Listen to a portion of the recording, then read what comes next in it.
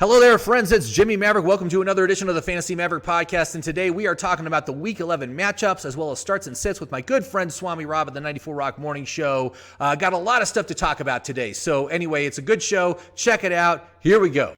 Listen up. It's time for the Fantasy Maverick podcast, starring the guy who's going to help you win that fantasy championship, Jimmy Maverick.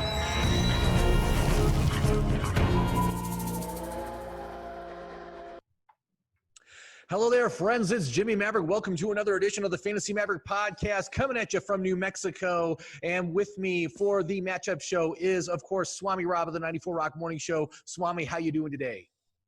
I'm pretty good. How about you? I'm doing all right.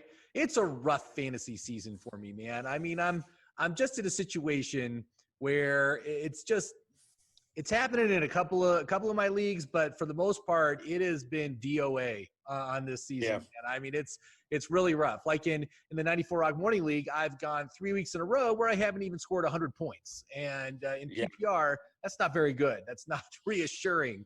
And of course, this week I get to play Open TDs, the guy who's currently at number 2. And I was looking ahead at my schedule, and I get to play Zeke and Destroy one more time before the playoffs occur. Of course, the top scoring team in the league. So it's not looking good. Yeah, the whole fantasy thing has gone horribly wrong for me in 3 of my 4 leagues, and I'm not even sure I'm worried about it anymore. I've just kind of accepted my fate. I'm on a 5-game skid in the 94 Rock Morning Show League, and this is not a good time for Russell Wilson to go in the shitter, and that's exactly what he's done.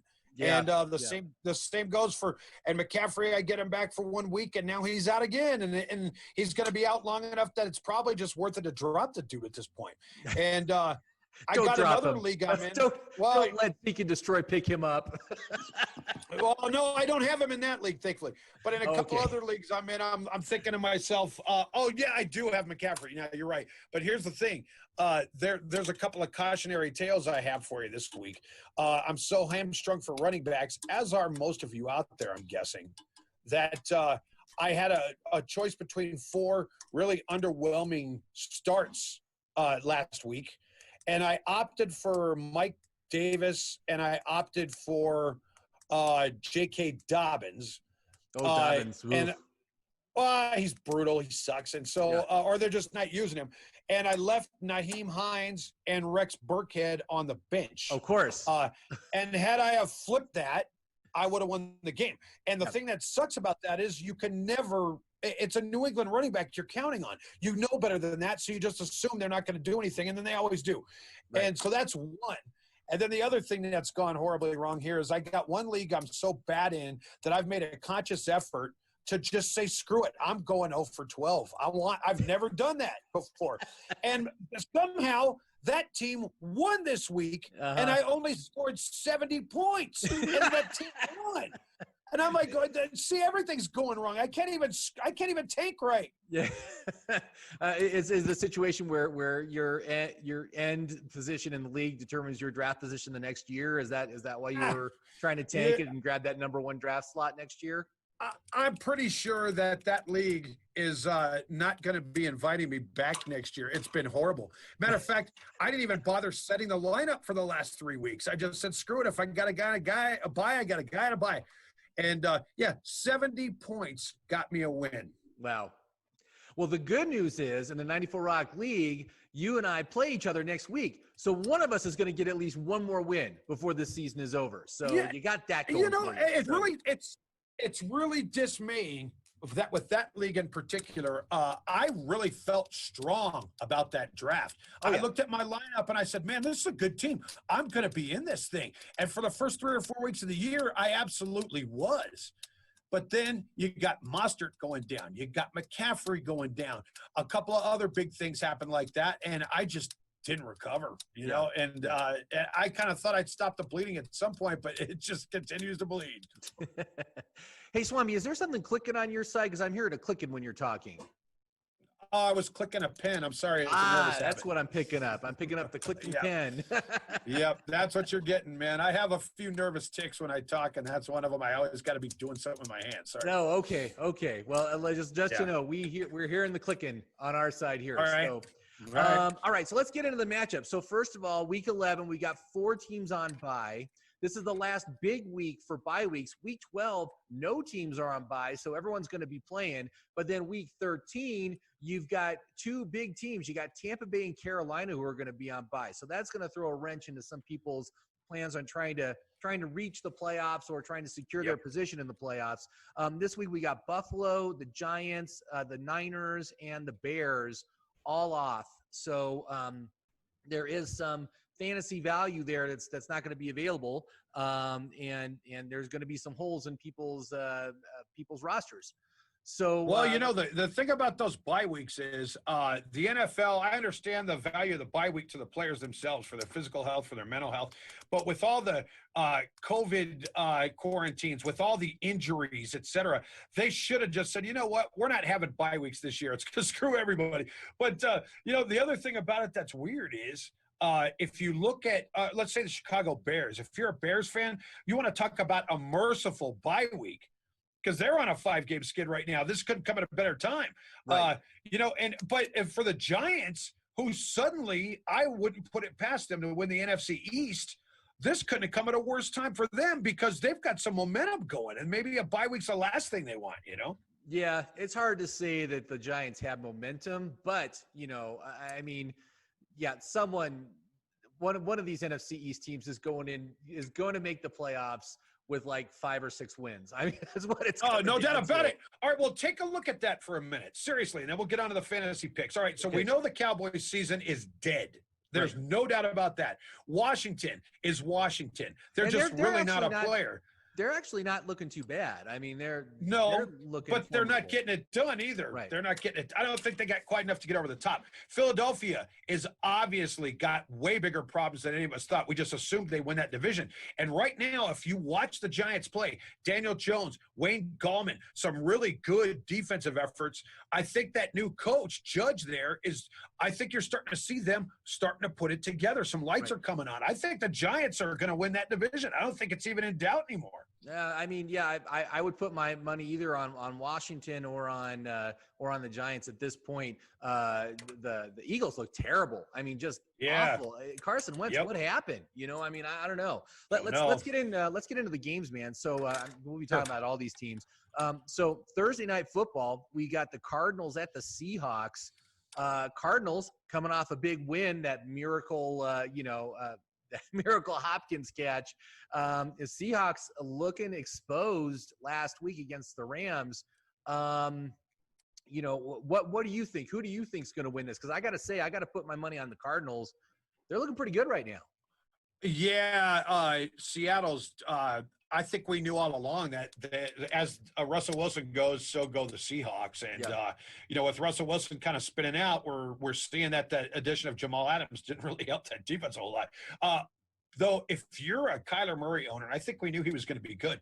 What a snag, man! That dude he's great, Yeah, and certainly that Hail Mary pass coming down correctly to secure that last second win.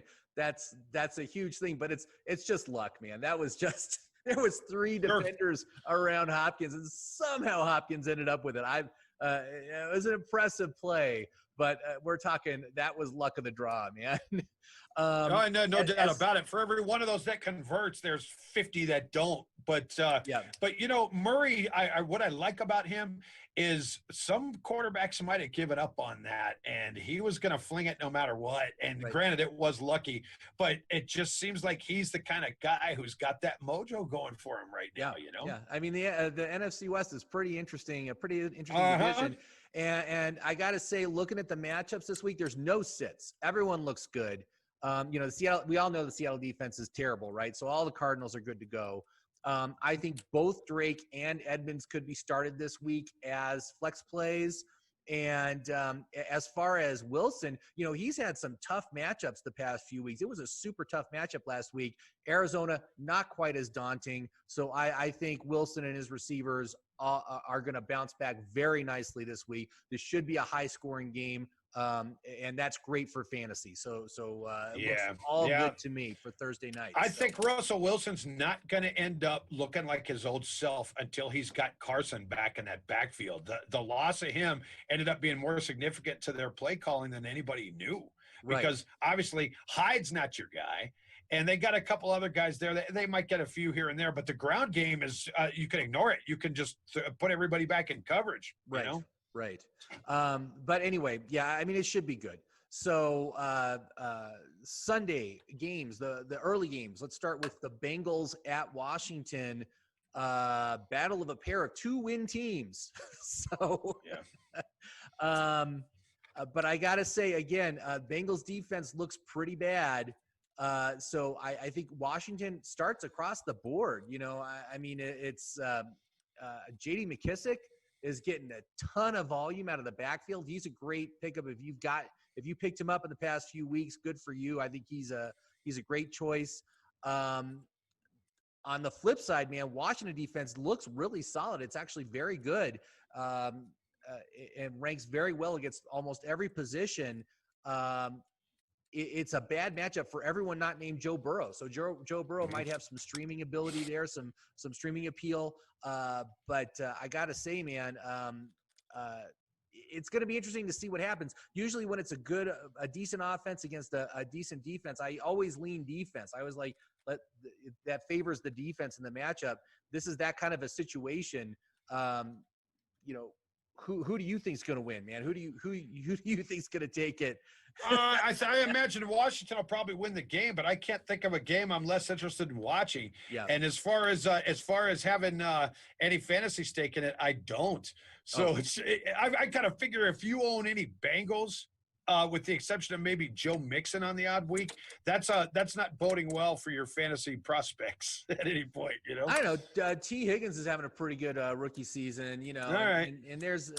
You know, I mean, Bengals have been able to score points, and that's good. But we'll see what happens.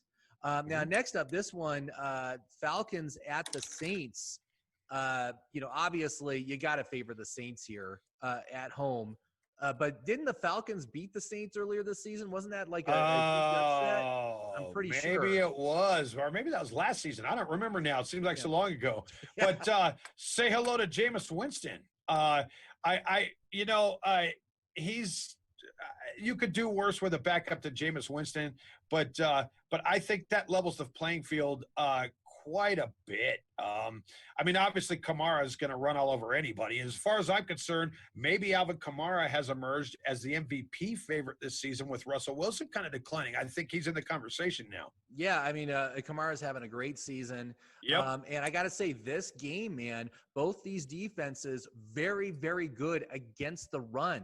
So both Todd Gurley and Alvin Kamara are cautions here. I actually have Gurley as a sit. I would not sit Alvin Kamara for anything.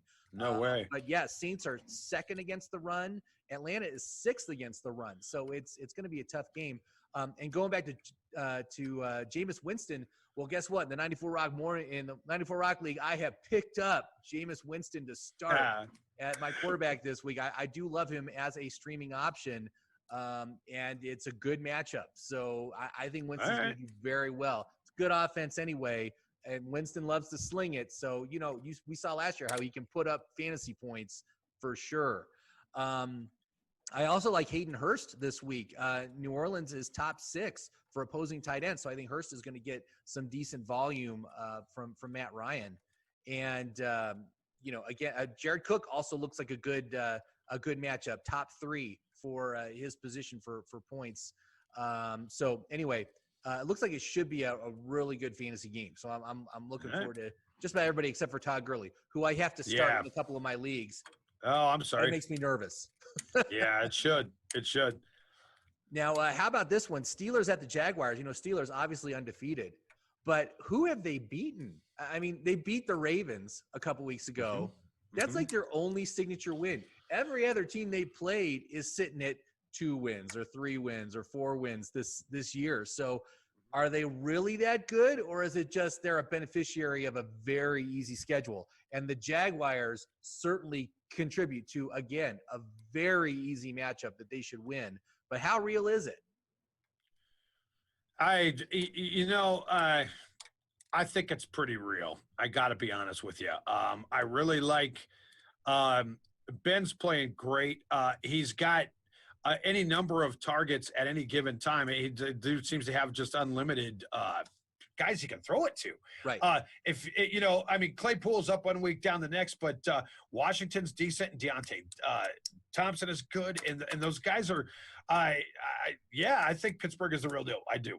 Yeah, I mean, I think they're obviously a very good team, but it's like, is that going to be exposed once they hit the playoffs and they got to start playing some real competition? Because they really that's a good question. I mean, because they got the NFC East on their schedule.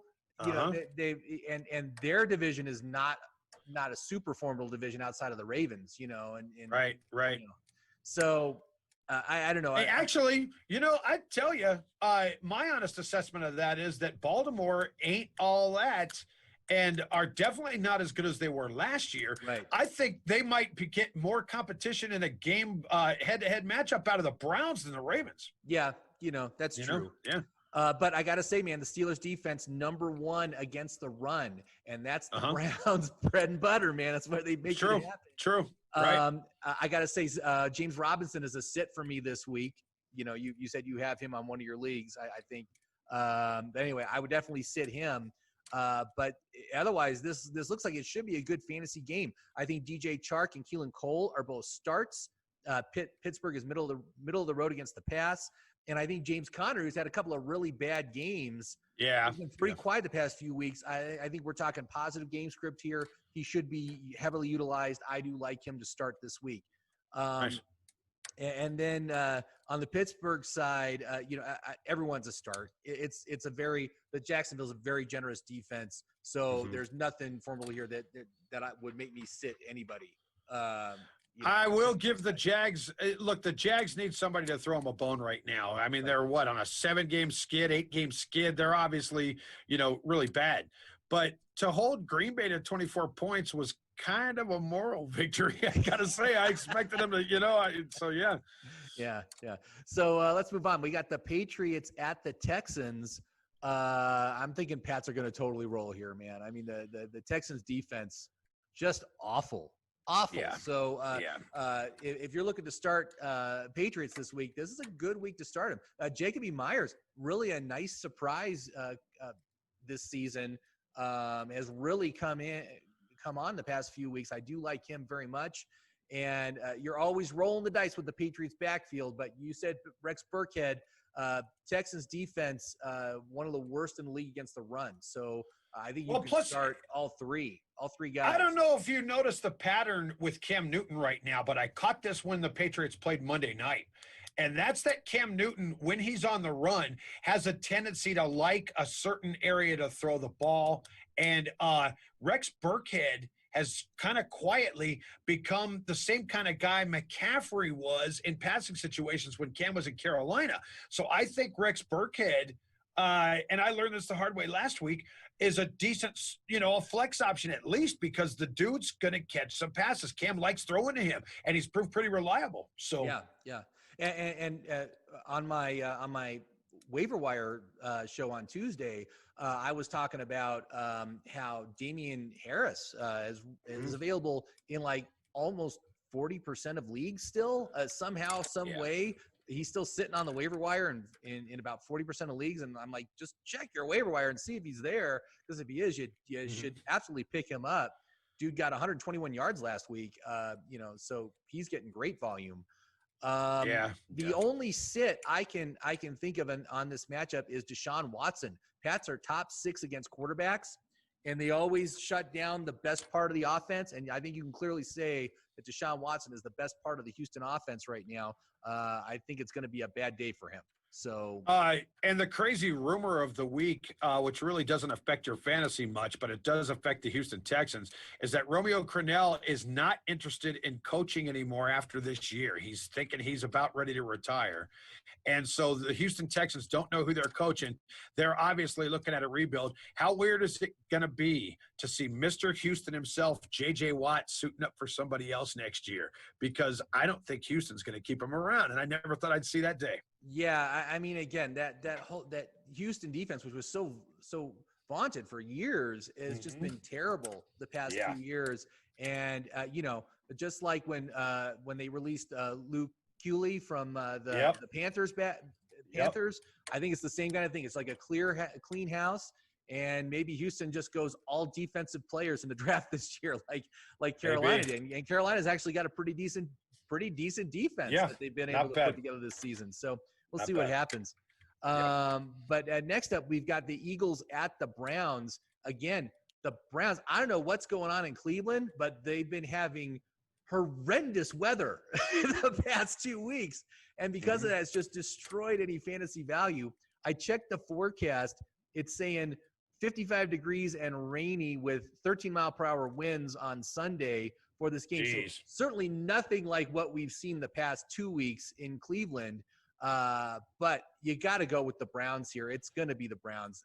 Eagles are just stinking up the place. And Carson Wentz, just a drop. I mean, really, you can't even keep him on your bench at this point. He's playing so poorly. And I really can't think to start any Eagles players. It's a bad matchup for Miles Sanders as well. Cleveland is top 10 against the run. Sanders is like the only guy I would feel confident starting. But it's just a bad situation on that side of the ball. On the flip side, and Fulgham, on the other hand, who had looked pretty good for me for a couple of weeks after I picked him up off waivers. Right. Picked a bad time to go in the crapper last week, too. I really kind of needed him. And yeah, I know. He got like 1.5 points or something like that. Yeah, I started him in one of my leagues also, and it was just like, jeez. Ouch. But on the Brown side, outside of Hunt and Chubb, could you really start anybody else? I mean, I just don't have any confidence in Jarvis Landry right now because he's just he's not doing it this year. Nope. Yeah, and I thought for sure once OBJ went out that Jarvis would become a focal point, and like last year, the second half of the season he was awesome, and he just has been very underwhelming this year, which is super disappointing because I had high hopes for for Landry. Well, all right, let me just do this. I feel like I really need to do this on behalf of a lot of people that might be watching that are fantasy owners right now. So to Nick Chubb, I say this. Because that was not cool, that was not cool. I understand your coach probably told you to do that. It was good gamesmanship, but good God. On behalf of odds makers and fantasy owners everywhere, that's what you get, pal. Okay? He didn't want to pull a Gurley. No, I guess not. Gurley got savaged when he lost the game for Atlanta because he didn't fall down the goal line. That is a strategy right now. And I guess Gurley had a good game anyway. He got like 14 or 15 points. That's super solid. Coming back from his injury, so that looks good. And of course I've got Chubb in like 3 of my leagues, so I'm happy. I've got him in one too. Yeah. And I saw that play developing as it happened on the red zone, and I was like, yeah. What just happened, dude? What are you doing to me here? Come on. I mean, you would think that in these days of financial – hey, look, a lot of the nation is going back into shutdown mode, okay? Right, we don't know when a second stimulus is going to be coming out. Right. People are hurting financially. There's some guy that's family's dinner might not make it to the table tonight because you just screwed somebody on a bet, dude, and you're going to bed feeding your whole family. Not cool. Not cool. Yeah, but if it's a choice between feeding your family and gambling on football, boy, your priorities are out of whack. If you're saying, okay, I'm gonna go at the football instead of food. Come on, man. But one other start I do want to mention for this game is I think Austin Hooper is a start this week. Philly is giving up the 4th most points to tight ends, so I do like Austin Hooper this week, and we've got okay weather. So, we'll see. But if you are in desperate need of a tight end, I think he's a good one to put in this week. Yeah. All right. Let's move on to the Lions at the Panthers. So, again, we talked about how Panthers defense pretty darn good this year. The one part where they are weak, though, is against the run. They are top 4 for opposing running backs. So DeAndre Swift, who appears to be the best rookie running back this year. I mean, he's done the best of any of these other rookie running backs. Kind of surprising. And, of course, I have 0 shares of him in all of my leagues. But I definitely I'd start Swift for sure. And then as far as Detroit goes, that was another boneheaded thing I did last week. Marvin Jones turned out to be a great waiver wire find, and I put him in for a week, and he did great. And because of some other guys I had in my lineup, I just kind of thought, well, I'll put him back on the bench, and he would have been the difference between me winning and losing would have been me starting him last week. That always just is very hard to take when it happens. This is a game also where we've got some key injuries because on the Detroit side, you got Matthew Stafford and Kenny Golladay, both questionable right now. And on the Panthers side, you've got Teddy Bridgewater and CMC, both questionable. So depending on who actually suits up and plays, I think is going to determine how this game goes. But I got to give the edge to the Panthers. But this should be a pretty decent game for fantasy, I'm thinking, if the quarterbacks start, if Stafford and Bridgewater start. So, well, the other thing is to the medical staff of the Detroit Lions, because Kenny Golladay was questionable right up until kickoff last week. Yeah. And so to the guys who waited until 10:59 Mountain Time to decide not to start him, I got a message for you too. Yeah. Because I left him in a couple of lineups thinking he was going to play, and he was a last-second scratch. Yeah. And I got a big goose egg in 2 lineups because of that, Oh, it's rough. It has been a tough year for injuries overall. Kenny Golladay, again, one of those that I had super high hopes for on a contract year. I thought he was going to be a monster. It just has not panned out. Nope. Titans at the Ravens. Both these teams are 6-3, but one of these teams seems to be slumping really hard, and that's the Titans. Big time. Baltimore is top 10 against the quarterback, top 5 against wide receivers. So I don't think I would sit Ryan Tannehill. I would sit A.J. Brown. I'd sit Corey Davis, man. I do not think it's going to be a good game for them. I'm sitting Jonnu Smith, too. Yeah.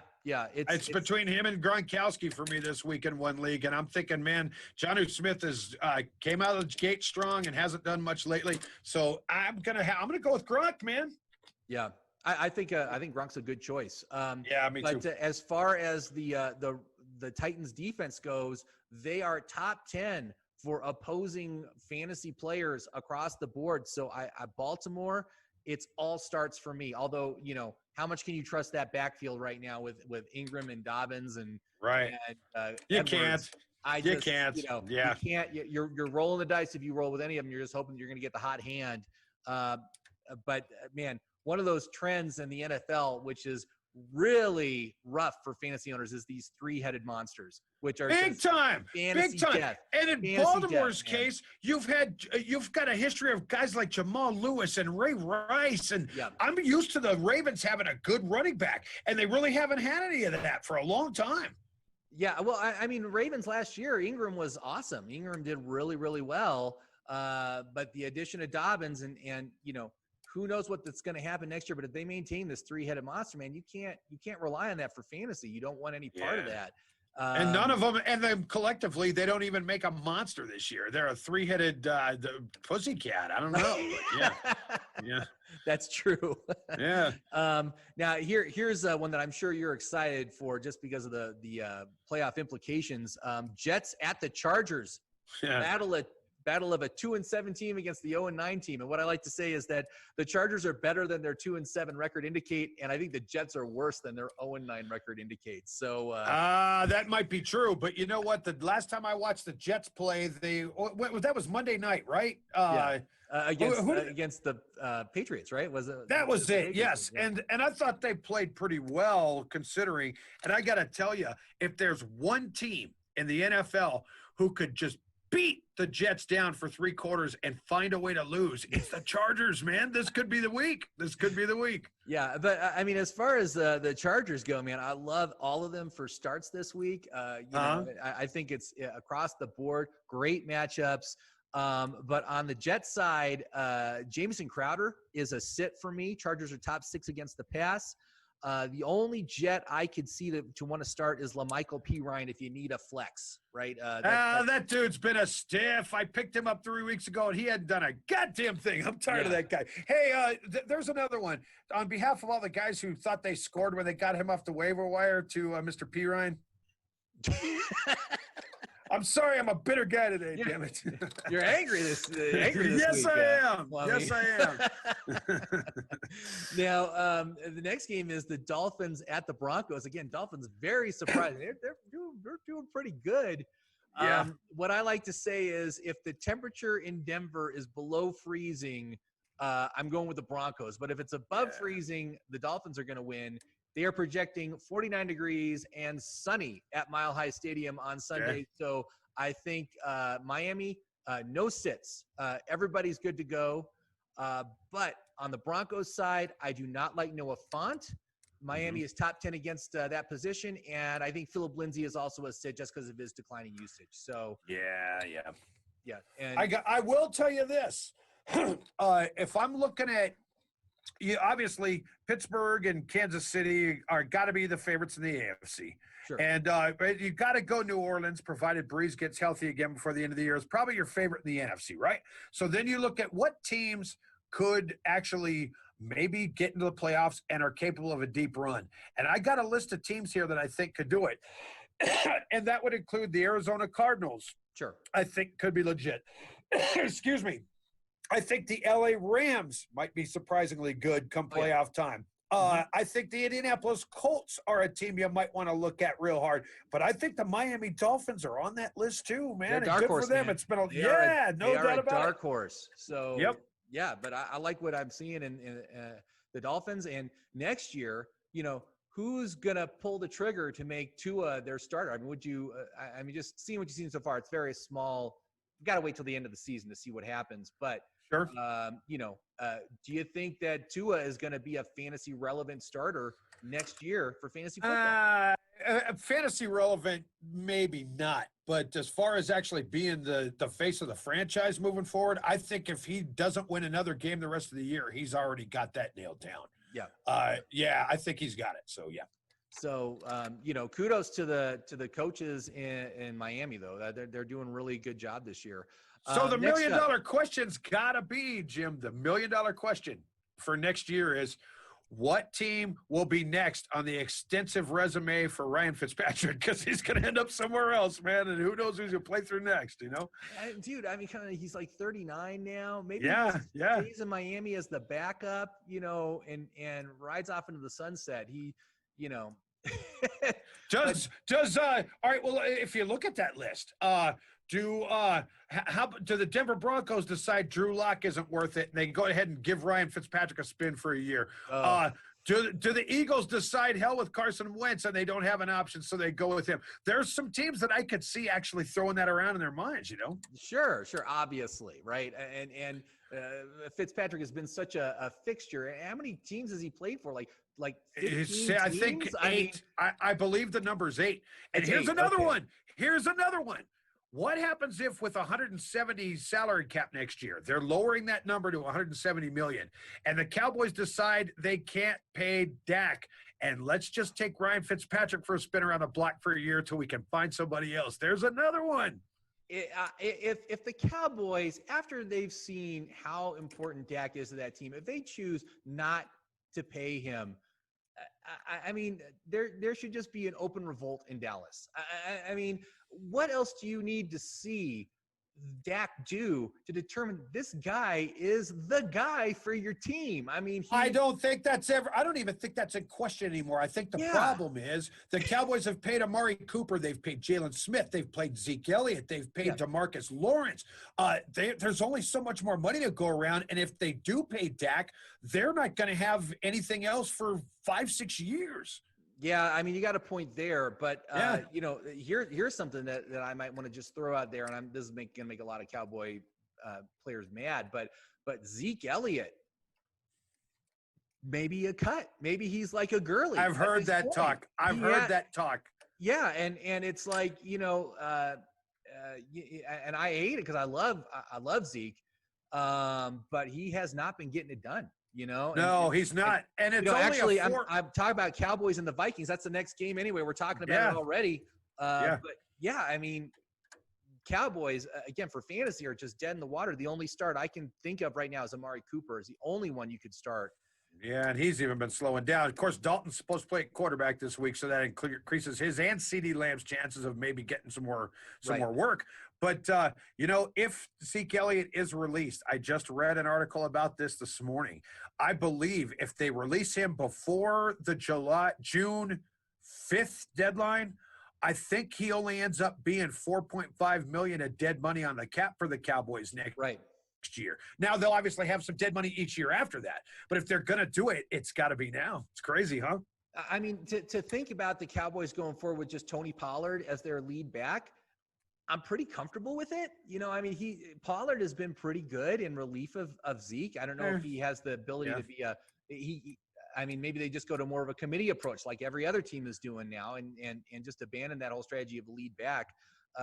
But, again, looking forward for the Cowboys, man, they're just almost in total rebuild mode. They are. They are. And I've been through this enough times as a lifelong Cowboy fan to know what it looks like. Yeah. And Jerry Jones will hang on a little too long to some of these guys. Right. And I'm telling you right now, man, the offensive line is through. You've got to build that offensive line all over again. Your defense is it's a freaking shambles. Yeah, it is. Yeah, it is. At this point, the Zeke Dak era is officially a scrub. So why not? Let's get the rebuild effort going right now, because I don't want to be sitting here in 2025 still trying to hold on to this. And I've seen Jerry Jones do that too many times, Right. Exactly. Now, on the flip side of this game, the Cowboys defense, obviously we talked about how it's a mess.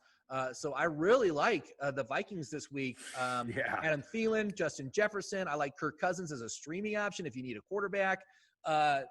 And this could just become a Dalvin Cook game. It could just be Dalvin Cook gets the ball 30 or 35 times, and they only throw the balls like 10 times because that's all they need to do to win this game. But, I mean, it's just bad times in Jerry World. So and this is what fantasy football has done to me. I'm a lifelong hardcore Cowboy fan, and I will be watching that game, cheering like crazy for big production out of Thielen and Cook, because I'd rather have my fantasy teams win than the Cowboys at this point, So, all right. So moving on, we got the Packers at the Colts, and I gotta say, man, I've been saying this all year. First of all, that Colts defense for real, totally solid. Oh, you just dropped out video wise. I know. Hold on. Sorry about that. Just keep going. I'm getting a call. Sorry about that. That's all right. There we go. All right. I think I fixed it. Go ahead. Okay, there you go. You're back. So anyway, Colts defense top 10 against quarterbacks, wide receivers, running backs, and tight ends. That's damn fine defense. Obviously, I'm not going to sit Aaron Rodgers or Devontae Adams or Aaron Jones, but everyone else I think has got to be a sit if you got any other Green Bay players. Don't take a chance. And on the flip side, Green Bay is solid on all positions. So I don't like Phil Rivers. I don't like any of the receivers this week. And again, you got a three-headed monster in that backfield for Indy. You going to roll the dice on Nyheim Hines or Jonathan Taylor or Jordan Wilkins? Who do you think? Nyheim Hines, absolutely. I've owned him for 3 weeks, and all 3 weeks he's played really well. I'm buying into that guy because they like to throw to him. Well, 2 weeks ago he only got 5 touches and targets. Last week he got a lot, but the week before it was like 2 rushes and 3 targets, but he got like 2 touchdowns out of it. It was like a crazy fluke. But he's a risky, inconsistent player as far as usage goes. So again, you're just like. You're just rolling the dice with that backfield if you're going to start any of those guys. But that is Green Bay's biggest place to exploit someone. So, as far as the weakest part of their defense is the run defense. So, but What are you going to do, man?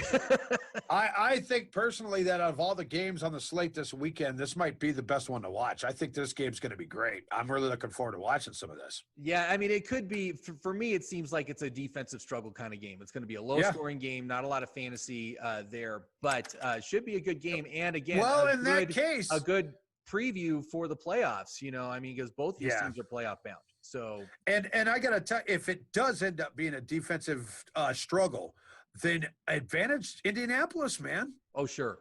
I always bet on the better defense when it comes to these sort of matchups. And so you got to give a little bit of the edge to the Colts, but maybe the Packers can make something happen and beat this defense somehow. But the defense is just so solid, top to bottom. All right. So that's all for the day game. So then all we got left is Sunday Night Football and Monday Night Football. So Sunday night, we got the Chiefs at the Raiders. That should be a great fantasy game. Mm-hmm. Can the Raiders sweep the Chiefs? Remember, they beat the Chiefs last month in Kansas City, and now this game is in Las Vegas. Can the Raiders do it again? Yes, but it's too bad that the Raiders are going to get Kansas City the second time when Kansas City's coming off a bye. I think Andy Reid's kind of legendary for his record following a bye. Oh, sure. If I'm not mistaken, he's only lost maybe twice in his whole career following a bye. Right. So that is not boding well for Raider Nation. Yeah, there's going to be. I think the Chiefs are definitely going to win this game. One interesting stat is both these teams' defenses are very good against tight ends. Vegas and Kansas City are both top 10 against the tight ends, but are you going to sit Travis Kelce or Darren Waller? Because I am not. I would not. No, unless you've got a better option. I mean, he's not been all I hoped he would this year, but I'm not sitting Travis Kelce for anything under any circumstance. Right. And the only sits I can see here, the Chiefs are very good against the quarterback and receivers. So Derek Carr and the Vegas receivers are sits for me on the bad matchup. But otherwise, it's a start. It starts all around the board. So, I'm not going to sit Waller. I'm not going to sit Kelce. You got to play him. And I really enjoy watching Josh Jacobs play ball. He's really good. He's kind of flying under the radar with the Raiders because they don't get as much national exposure as they used to. But that guy is really good. Yeah. He's very good. He's excellent. Yeah. Finally, we got Monday Night Football. Good game, man. Two teams coming off of impressive wins. The Rams at the Buccaneers. Mm-hmm. Wow. This, again, it looks like a great defensive battle game. Maybe not so great for fantasy. But you've got Tampa Bay, top 10 against quarterbacks and wide receivers. So Jared Goff, Cooper Kupp, Robert Woods, all very suspect. I'd sit Goff. Rams are top 10 against quarterbacks, wide receivers, and running backs. So Ronald Jones is definitely a sit. And it's hard to say you're going to sit Brady or any of the Tampa Bay receivers after what they've been able to do, but still it's a caution, right? I'm not sure how much you can expect out of those guys with this sort of a matchup, but again, it definitely looks like a defensive brawl. The curious thing about Tampa Bay's receiving corps, we talked about this a few weeks ago, especially with the addition of Antonio Bryant, which really hasn't amounted to squat yet. But there's so many guys out there. There's a lot of guys, A lot of mouths right. to feed. But, and this is no disrespect to Gronk or Godwin or Brait or Bryant or any of those guys. But the one guy who seems to be pretty consistent among that whole crew and at least getting you double digits has been Mike Evans. Right. And I have him. So if I had to count on any of those guys, that's the guy I'm throwing all my eggs in the basket for, Right. Yeah. I'm actually kind of surprised because Edmonds has always been a volume guy. He's always needed tons of volume to be productive. But this year, he's being productive without the volume that he usually gets. And I think that's a testament to Brady. Brady just being a better passer than Winston was. So what are better odds this week? That Kyler Murray can heave another Hail Mary and have it happen successfully, or that Ronald Jones is going to bust another 98-yard touchdown run? Man, those are both. That's like trying to roll a 5 on 100-sided dice, man. I wouldn't anticipate either one happening. But again, I do have Ronald Jones as a sit just because it is a really tough matchup. Anyway, like I said, I think it's going to be a low-scoring game. So I can see that. Yeah, I can see that. Yeah. So that's it for week 11, man. So a lot of stuff, man. We talked about a lot today. So thank you for joining me today, Swami. I do appreciate it. If everybody out there listening, please like and subscribe and leave a comment down below if you got a question about any players or that we didn't mention or any starts or sit questions you have. But thank you very much for tuning in. I'll be back again next Tuesday to talk about the week 12 waiver wires. But in the meantime, good luck in week 11. Swami, good luck to you. And I look forward to us meeting in the 94 Rock League next week where I can notch in at least one more win before the season's over. Yeah, it'd be nice, wouldn't it? And let me throw you New Mexico viewers and listeners a bone right now, okay? Because we're going into another big lockdown phase and nobody wants that. And the whole thing, it sucks. It continues to suck. Yes. But if you're looking for a bright side on this situation, and there's very few of them, then I would offer this. The last time we were locked down, all of sports was completely brought to a halt. We lost March Madness. We lost NBA play. This time around, at least we got football on Monday night, Thursday night, and Sunday day. So if there's any silver lining here, at least you got something to watch. Because I don't know about you, but I'm not a big binge watcher of Netflix shows or anything. So I got a reason to be locked up for once, Right. And it's great that we do have that, and we're going to have that for Thanksgiving holiday as well. So I got to say, just hats off to the NFL for keeping it going, and with the COVID protocols, they've done a really great job keeping those players safe and keeping the games on. And they've only had to reschedule a few, which is just very impressive effort there. So kudos to them. But anyway, thank you very much, Swami. And I will talk to you next week for Thanksgiving week games. And everyone else out there, good luck in week 11. Hope you get a lot of wins.